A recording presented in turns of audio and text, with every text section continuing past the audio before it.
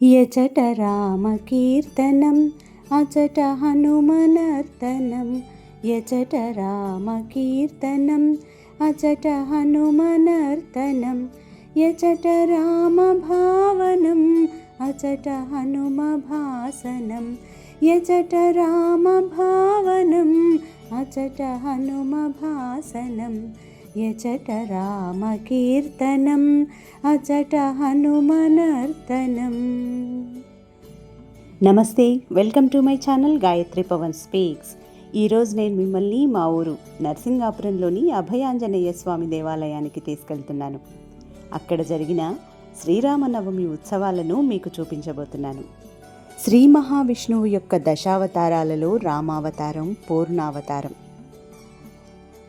ధర్మం ఒక ఆకారం దాల్చాలనే కోరికతో శ్రీరాముడి రూపంలో భూమిపై అవతరించిందని పెద్దలు చెప్తారు. వాల్మీకి మహర్షి రచించిన సీతారాముల చరితకు ఆయన శ్రీరామాయణం అని పేరు పెట్టారు. రామ ప్లస్ అయణం అంటే రాముడు నడిచిన మార్గము అని అర్థం. ఇది కేవలం రామకథ మాత్రమే కాదు, సీత యొక్క చరిత్ర కూడా అని వివరిస్తూ సీతాయాత్ చరితం మహత్ అన్నారు వాల్మీకి. అలాగే ఈ కావ్యంలో మరో ప్రధాన పాత్ర ప్రతినాయకుడైన రావణుడు. ఇతడి వధ కోసమే సీతమ్మ జన్మించింది. అందుకే ఈ కథకు పౌలస్త్య వధ అని మరో పేరు పెట్టాడు వాల్మీకి. పులస్త్య బ్రహ్మ మనుమడు కాబట్టి రావణుడికి పౌలస్త్య అనే పేరుంది. భారతీయులకు కుటుంబమే ప్రమాణం. భూమి మీద నరుడుగా జన్మించి ధర్మాన్ని ఆచరించి ఇది ధర్మం అని సర్వలోకాలకు చాటి చెప్పాడు శ్రీరాముడు. ఒక స్త్రీ ఎలా ఉండాలి అంటే సీతమ్మలా ఉండాలి. మంచి కూతురుగా ఎలా ఉండాలి, ఉత్తమ ఇల్లాలుగా ఎలా ఉండాలి, మంచి కోడలుగా ఎలా మసలుకోవాలి, శత్రువుల దగ్గర స్త్రీ ఎలా ఉండాలి, భర్త తప్పు చేస్తున్నాడేమో అని తెలిస్తే స్త్రీ ఎలా ప్రవర్తించాలి, గృహిణి అతిథి మర్యాదలు ఎలా చేయాలి, భర్తను నిందిస్తున్న వారితో భార్య ఎలా ఉండాలి, భర్త అనుమానిస్తే ఏం చెయ్యాలి, పరిపూర్ణమైన వ్యక్తిత్వం గల స్త్రీ ఎలా ఉండాలో సీతమ్మ తన నడవడిక ద్వారా మనకు నేర్పిస్తుంది. శ్రీరామనవమి రోజు మనం నైవేద్యంగా పానకం వడపప్పును సమర్పిస్తాం. అయితే ఉత్తరాది రాష్ట్రాలలో గోధుమ రవ్వ హల్వా, గోధుమ పిండితో చేసిన పింజిరి అనే మిఠాయి, పూరీలు, ఉడికించిన శనగలు వంటి పదార్థాలను స్వామివారికి నైవేద్యంగా సమర్పిస్తారు. రామాయణంలో మనం గొప్పగా చెప్పుకోవలసిన మరో స్త్రీమూర్తి లక్ష్మణుడి తల్లి సుమిత్రాదేవి. పితృవాక్య పరిపాలన కోసం శ్రీరాముడు అరణ్యానికి బయలుదేరినప్పుడు తన అన్నతో పాటుగా తాను అడవులకు వెళతానని అనుమతిమ్మని సుమిత్రాదేవిని లక్ష్మణుడు అడిగినప్పుడు, సాధారణమైన తల్లులైతే దశరథుడు అరణ్యవాసాన్ని విధించింది రాముడికి మాత్రమే కదా, అన్ని సంవత్సరాలు అరణ్యంలో ఉండాల్సిన అవసరం నీకేముందని వారిస్తారు. కానీ సుమిత్ర మాత్రం, ఇప్పటి నుంచి శ్రీరాముడే నీకు తండ్రి, సీతయే నీకు తల్లి, అరణ్యమే అయోధ్య అనుకొని సీతారాములను వెన్నంటి ఉండు అని దీవించి పంపించింది.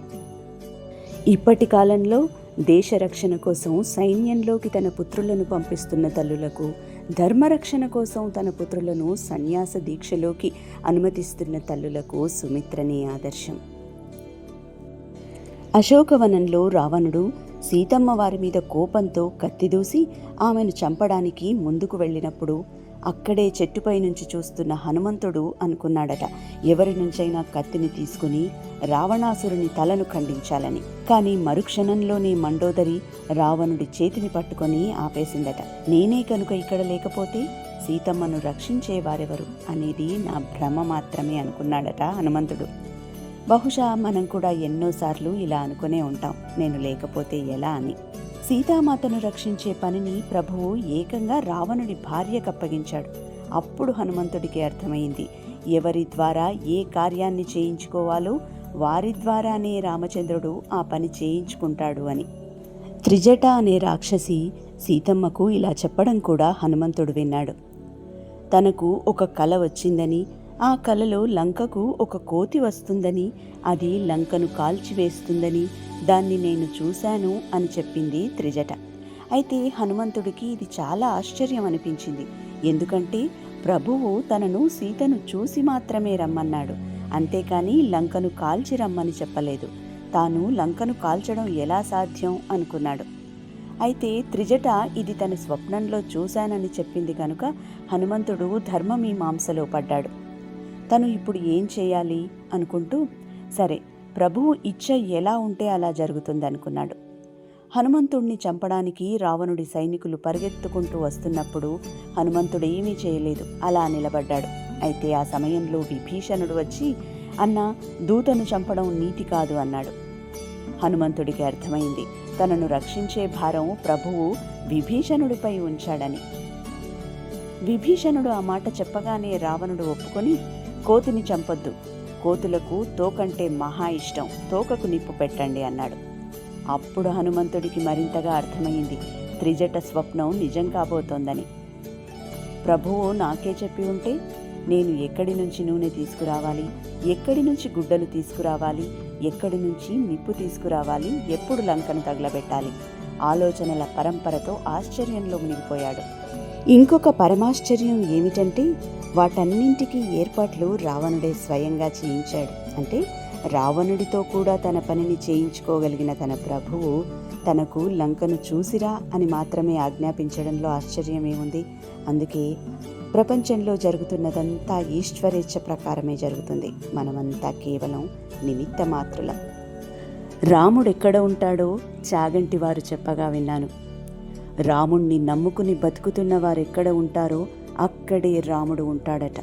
వారి పక్కనే ధనుర్ధారి అయి రాముడు నిల్చుంటాడట. రాముణ్ణి నమ్ముకున్న రామభక్తులు ఎక్కడ ఉంటారో అక్కడ సీతారామ లక్ష్మణులు హనుమ పక్కనే ఉంటారట రక్షిస్తూ.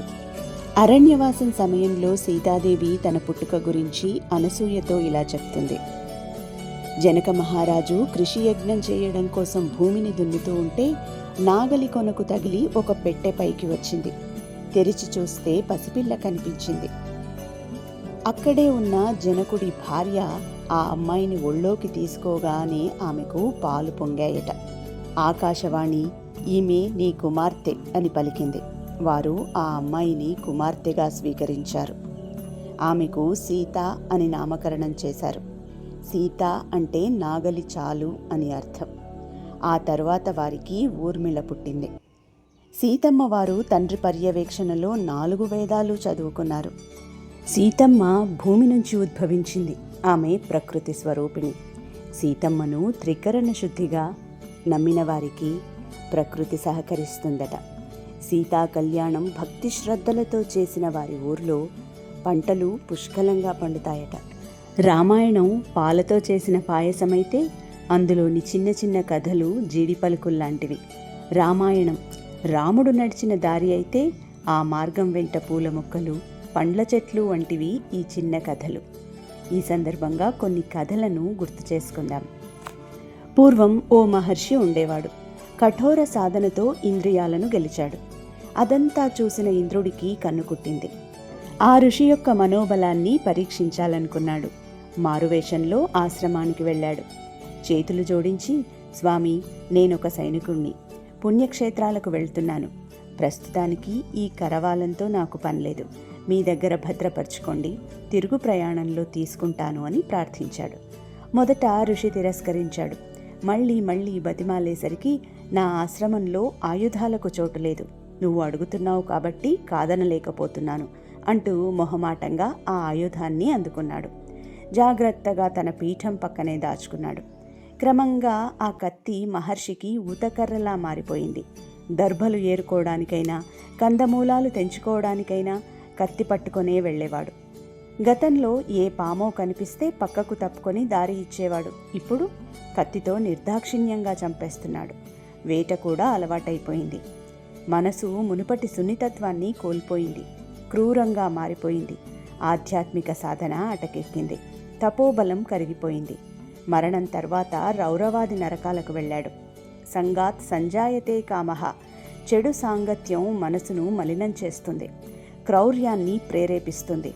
అసుర సంతతిని నిర్మూలిస్తానంటూ శ్రీరాముడు దండకారణ్యంలోని ఋషులకు వాగ్దానం చేయడాన్ని సీతాదేవి ఆక్షేపించింది. తాపస ప్రవృత్తితో కాలం గడపాల్సిన సమయంలో ఆలోచనలను హింస వైపు మళ్లించడం సరికాదంటూ భర్తకు ఈ కథను చెప్పింది. ఒకరోజు రామచంద్రుడు నిండు సభలో కొలువై ఉన్నాడు. ఆ సమయంలో ఒక శునకం లోపలికి వెళ్లే ప్రయత్నం చేసింది. భటులు అడ్డుకున్నారు. అయినా అది వెనక్కి తగ్గలేదు. నేను రాములవారికే నా సమస్యను విన్నవిస్తాను అని భీష్మించుకుంది. దీంతో సార్వభౌముడి ముందు ప్రవేశపెట్టారు. నన్ను ఓ వ్యక్తి అకారణంగా గాయపరిచాడు, అతన్ని శిక్షించండి ప్రభు అని వేడుకుందా శునకం. వెంటనే నిందితుడిని పిలిపించారు. అతను తన తప్పు ఒప్పుకున్నాడు. ఓ రోజు తాను ఆకలితో భిక్షాటనకు వెళ్తూ ఉంటే కాలికి అడ్డు తగిలిందని, హద్దులు తెలియని కోపంతో అలా ప్రవర్తించానని వివరణ ఇచ్చాడు. తెలిసి చేసినా తెలియక చేసినా తప్పు తప్పే, శిక్ష తప్పదు అని తీర్మానించింది సభ. అయితే ఆ యాచకుణ్ణి ఏదైనా ఆధ్యాత్మిక సంస్థలో ఉన్నతాధికారిగా నియమించండి, ఇదే తగిన శిక్ష అని సూచించింది శునకం. కుక్క మాటకు అందరూ ఆశ్చర్యపోయారు. దీనికో కారణం ఉంది ప్రభు. పూర్వజన్మలో నేను ఆలయ ఉద్యోగిని, చాలా నిజాయితీగా వ్యవహరించేవాణ్ణి. రోజు గుళ్ళో దీపం వెలిగించాక వృధాగా పోనివ్వడం ఎందుకనే ఉద్దేశంతో చేతికంటిన చమురును ఒంటికి రాసుకునేవాణ్ణి. పిసరంతే కావచ్చు, అవినీతి అవినీతే. దేవుడి సొత్తు తిన్న పాపానికి ఈ జన్మలో ఇలా పుట్టాను. నిజాయితీపరుడనైన నా పరిస్థితే ఇలా ఉంటే తన ఉద్వేగాల మీద నియంత్రణ లేని ఈ మనిషి ఇంకెన్ని తప్పులు చేస్తాడో, ఇంకెంత పాపం మూటగట్టుకుంటాడో, యమలోకంలో ఎన్ని కఠిన శిక్షలు అనుభవిస్తాడో. నాకు కావలసింది అదే అంటూ తన ఆలోచనను వివరించింది శునకం. అవినీతి మనిషి పతనానికి తొలిమెట్టు అని నిరూపిస్తుంది ఈ కథ. శ్వేతుడు అనే రాజు విదర్భ రాజ్యాన్ని పరిపాలిస్తూ ఉండేవాడు. ఇతడు ఎంతో తపోధనుడు. ఆ పుణ్యరాశి ఫలితంగా బ్రహ్మలోకానికి వెళ్ళాడు. అక్కడ ఎవరికీ ఆకలి దప్పులు ఉండవు. శ్వేతుడికి మాత్రం ఎంత తిన్నా ఆకలి తీరేది కాదు, దప్పిక తగ్గేది కాదు. చాలా ఇబ్బందికరమైన పరిస్థితి. నేరుగా బ్రహ్మ దగ్గరికి వెళ్ళి తన కష్టాన్ని వివరించాడు. విధాత దివ్య దృష్టితో శ్వేతుడి గతాన్ని తెలుసుకున్నాడు. నిజమే, అతడిలో ఒక్క దుర్గుణమూ లేదు. ఎవ్వరికీ అపకారం చేయలేదు. పాలకుడిగాను నిష్పాక్షికంగా వ్యవహరించాడు. కానీ ఒకే ఒక్క కొరత, తన జీవితకాలంలో ఒక్కసారైనా అన్నదానం చేయలేదు. ఏ నిర్భాగ్యుడి ఆకలిని తీర్చలేదు. గొంతెండిపోతున్న వారికి గుక్కెడు నీళ్లు పోసిన పాపాన కూడా పోలేదు. ఆ వెలితి పుణ్యలోకాలకు వెళ్ళినా వెంటాడింది. తన తప్పు తెలుసుకుని అన్నదాన ఫలాన్ని అందుకోవడానికి మళ్లీ భూలోకానికొచ్చాడు శ్వేతుడు. అన్నదాన మహత్యాన్ని చాటి చెప్పే కథ ఇది. ఉత్తరాఖండలో అగస్త్య మహర్షి శ్రీరామచంద్రుడికి ఈ వృత్తాంతాన్ని వివరించాడు. అన్నం ఎంత ఎక్కువ పండిస్తే, ఎంత ఎక్కువ వండితే, ఎంత ఎక్కువ మందికి వడ్డిస్తే అంత పుణ్యం. నేటి సుఖమయ జీవితం నిన్నటి అన్నదాన ఫలితం. పూర్వం నృగమహారాజు అనే పాలకుడు ఉండేవాడు. అతడు ఓ నిరుపేద పండితుడికి గోదానం చేశాడు. కొద్ది రోజుల తర్వాత మేతకు వెళ్లిన ఆవు మందలోంచి తప్పించుకుని నృగరాజు గోసంపదలో కలిసిపోయింది. ఆ విషయం తెలియని రాజు అదే గోవును మరొకరికి దానం చేశాడు. తప్పిపోయిన ఆవు కోసం పండితుడు చుట్టుపక్కల పల్లెలన్నీ వెతికాడు. మొత్తానికి ఓ పూజారి పశువుల పాకలో ఆ ఆవు కనిపించింది. ఆ ధేనువును నృగరాజు తనకు దానంగా ఇచ్చాడని పండితుడు, కాదు కాదు తనకే దానం చేశాడని పూజారి గొడవపడ్డారు. ప్రభువుల సమక్షంలోనే సమస్యను పరిష్కరించుకుందామని రాజధానికి వెళ్లారు. ఎంత ప్రయత్నించినా, ఎంతకాలం గడిచినా రాజదర్శనం లభించలేదు. దీంతో ఇద్దరికీ కోపం వచ్చింది. ఆ ఆవును మూడో వ్యక్తికి దానంగా ఇచ్చేసి, ప్రజలకు అందుబాటులో లేని పాలకుడు పాలకుడే కాదు, తొండతో సమానం. ఇక నుంచి నీది తొండబతికే అని నృగరాజుకు శాపం పెట్టి స్వగ్రామాలకు బయలుదేరారు.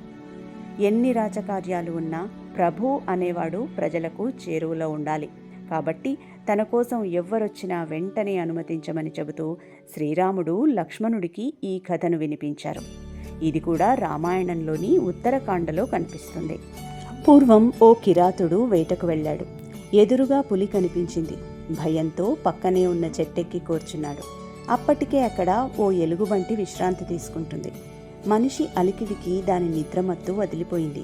కంగారు పడిన వేటగాడు, నేను ప్రాణాపాయంలో ఉన్నాను, నువ్వే కాపాడాలి అంటూ చేతులు జోడించాడు. చెట్టెక్కడం చేత కాదు కాబట్టి అసహనంగా కిందే తిరగసాగింది పులి. అంతలోనే దానికో ఆలోచన వచ్చింది. ఓ ఎలుగుబంటి, మనిషి మన ఉమ్మడి శత్రువు, అతన్ని కిందికి తోసే, ఇద్దరం కలిసి భోంచేద్దాం అంటూ చెట్టు మీదున్న ఎలుగును రెచ్చగొట్టింది. నేను నమ్మకద్రోహం చేయలేను, అతడు నా శరణు వేడాడు అని జవాబిచ్చింది ఎలుగుబంటి. పులికి ఏం చేయాలో తోచలేదు. ఎలుగు నిద్రలోకి జారుకున్నాక మరో ఎత్తు వేసింది. ఓ మనిషి, నాకు ఆకలేస్తోంది, మొద్దు నిద్రలో ఉన్న ఎలుగును తోసేయి, నేను ఆకలి తీర్చుకొని వెళ్ళిపోతాను, నీ జోలికి రాను అంటూ కిరాతుణ్ణి దారికి తెచ్చుకునే ప్రయత్నం చేసింది. ఆ మాటలు అతడి మీద పనిచేశాయి. కృతజ్ఞతతో కిందికి తోసేశాడు. అదృష్టవశాత్తు ఆ ఎలుగు చిటారు కొమ్మను పట్టుకొని ప్రాణాలు కాపాడుకుంది. ఆ దశలోనూ పులిలో ఆశ చావలేదు. చూశావా మనుషులెంత స్వార్థపరులో, ఇంకా ఆలోచిస్తావెందుకు అంటూ ఎలుగుబంటిని తొందరపెట్టింది పులి. అయినా ఎలుగు ఆ మాయలో పడలేదు. ఇచ్చిన మాట తప్పను అంటూ స్థిరంగా పలికింది. దీంతో నిరాశగా వెళ్ళిపోయింది పులి. స్వార్థపరుడైన మనిషిని పెద్ద మనసుతో క్షమించేసి ఎలుగు కూడా బయలుదేరింది. తన కపటత్వానికి కుమిలిపోతూ ఇంటిబాట పట్టాడు వేటగాడు. అశోకవనంలోని సీతమ్మ హనుమంతుడికి చెప్పిన కథ ఇది. కాపలాగా ఉన్న అసురకాంతల్ని హతమార్చేస్తానని హనుమ ఉద్రేకపడుతున్నప్పుడు సీతాదేవి ఈ ఉదాహరణను జోడించింది. కృతయుగంలో పర్వతాలకు రెక్కలుండేవి. కొండలు గుట్టలు కూడా పక్షుల్లాగా ఆకాశ మార్గంలో ప్రయాణించేవి. కాస్త అలసటగా అనిపించినప్పుడు భూమి మీదకు వాలిపోయి విశ్రాంతి తీసుకునేవి. తెలుసో తెలియకో ఏ ఆశ్రమంపైనైనా దిగితే ఆ ప్రాంతమంతా నుజ్జు అయిపోయేది. యజ్ఞయాగాలకు భంగం కలిగేది. దీంతో తాపసులంతా వెళ్ళి దేవేంద్రుడికి ఫిర్యాదు చేశారు. వెంటనే ఇంద్రుడు రంగంలోకి దిగాడు. తన వజ్రాయుధంతో వాటి రెక్కలు ఖండించడం మొదలుపెట్టాడు. చివరికి మైనాక పర్వతం వంతు వచ్చింది. అంతా అనుకున్నట్టుగా జరిగితే దాని రెక్కలు తెగిపోయేవే. అంతలోనే చిరకాల మిత్రుడైన వాయుదేవుడు అడ్డుపడ్డాడు. దుమారాన్ని సృష్టించి మైనాక పర్వతం ఆ పెనుగాలికి కొట్టుకుపోయేలా చేశాడు. నడి సంద్రంలో ఆశ్రయం కల్పించాడు. హనుమంతుడు సీతాన్వేషణకు బయలుదేరిన విషయం తెలుసుకున్న మైనాక పర్వతం రెక్కలు విదుల్చుకొని సముద్ర గర్భంలోంచి పైకి వచ్చింది. సుదీర్ఘ ప్రయాణంతో అలసిపోయిన హనుమకు తన పైన విశ్రాంతి తీసుకునే అవకాశం కల్పించింది. అయినా హనుమ సున్నితంగా తిరస్కరించాడు. లంక దిశగా ప్రయాణం అవుతూ, మిత్రమా, మీరెవరో నాకు తెలియదు, ముఖపరిచయమైనా లేదు, అయినా ఎందుకింత ఆదరం చూపారు అని అడిగాడు కుతూహలంతో. వాయుపుత్ర, మీ తండ్రి గారు నాకు ఓ గొప్ప ఉపకారం చేశారు. ఆ సాయం మరువలేనిది. ఇప్పుడు నేనిలా ఉన్నానంటే ఆయనే కారణం. ఇన్నేళ్లకు ఇలా రుణం తీర్చుకునే అవకాశం వచ్చింది అంటూ గతాన్నంతా పూసగుచ్చినట్టు చెప్పింది మైనాక పర్వతం. ఈ కథ సుందరకాండలో ఉంటుంది. పూర్వం మధువు అనే రాక్షసరాజు ఉండేవాడు. ఇతడు మహాశివ భక్తుడు. ముక్కంటిని మెప్పించి త్రిశూలానికి ధీటైన ఆయుధాన్ని వరంగా పొందాడు. ఆ రాక్షసరాజు యొక్క తనయుడి పేరు లవణుడు. అతడు వారసత్వంగా తండ్రి నుంచి ఆ ఆయుధాన్ని అందుకున్నాడు. ఈ అసుర శక్తితో ముల్లోకాలను పీడించేవాడు. దీంతో అందరూ వెళ్ళి శ్రీరాముణ్ణి శరణు వేడారు. కోసలేంద్రుడు వారికి అభయమిచ్చి పంపించాడు. రాక్షస సంహార బాధ్యతను తమ్ముడు శత్రుఘ్నుడికి అప్పగించాడు. తోబుట్టువు పోరుకు బయలుదేరుతున్న సమయంలో శత్రువు మహాబలవంతుడు. రుద్రుడు ప్రసాదించిన ఆయుధమే లవణుడి యొక్క బలం. ఇక బలహీనతల విషయానికొస్తే జిహ్వ చాపల్యం ఎక్కువ, ముక్కోపి. పొద్దున్నే కత్తులు కటార్లతో వేటకు బయలుదేరతాడు. పూజ గదిలోని దివ్యాస్త్రాన్ని మాత్రం తీసుకెళ్లడు. దాడికి అదే సుముహూర్తం. మిగిలిన సమయాల్లో ఆ అసురుడిని హరిహరులైనా ఓడించలేరు అంటూ యుద్ధ వ్యూహాన్ని బోధించాడు శ్రీరాముడు. ఆ ప్రకారంగానే పావులు కదిపాడు శత్రుఘ్నుడు. ఆకలితో నకనకలాడుతూ వేటకు బయలుదేరుతున్న లవణుణ్ణి ఉద్దేశపూర్వకంగానే నిలువరించాడు. మాటలతో రెచ్చగొట్టాడు. అహానికి ఆజ్యం పోశాడు. అందులోనూ ఆకలి విఘ్నతను చంపేస్తుంది. దీంతో అసురుడిలో వివేకం లోపించింది. వెనక్కి వెళ్ళి దివ్యాయుధాన్ని తెచ్చుకుందామనే ఆలోచన కూడా రాలేదు. బలాబలాల సమీక్ష చేసుకోకుండా మొండిగా తలబడ్డాడు. శత్రుఘ్నుడి శరాఘాతాలకు కుప్పకూలిపోయాడు. కొన్నిసార్లు శత్రువు మనకంటే శక్తివంతుడు కావచ్చు. అంత మాత్రాన ఓటమిని అంగీకరించకూడదు. అతడి బలహీనతలను మన బలంగా మార్చుకోవాలి. పరిస్థితుల్ని అనువుగా మలచుకోవాలి. విచక్షణ అంటే ఇదే. వాల్మీకి శ్రీరాముణ్ణి విచక్షణుడు అని కొనియాడాడు. ఇలా చెప్పుకుంటూ పోతే రామాయణం గురించి ఎంతైనా చెప్పుకోవచ్చు. మా ఊర్లో ఈసారి అంగరంగ వైభవంగా జరిగిన రాములవారి కళ్యాణం మీకు నచ్చితే తప్పకుండా లైక్ చేయండి, మీ ఫ్రెండ్స్కి రిలేటివ్స్కి షేర్ చేయండి. ఇప్పటి వరకు సబ్స్క్రైబ్ చేసుకోకపోతే ఖచ్చితంగా సబ్స్క్రైబ్ చేసుకోండి. గాయత్రి పవన్ స్పీక్స్. జై శ్రీరామ్.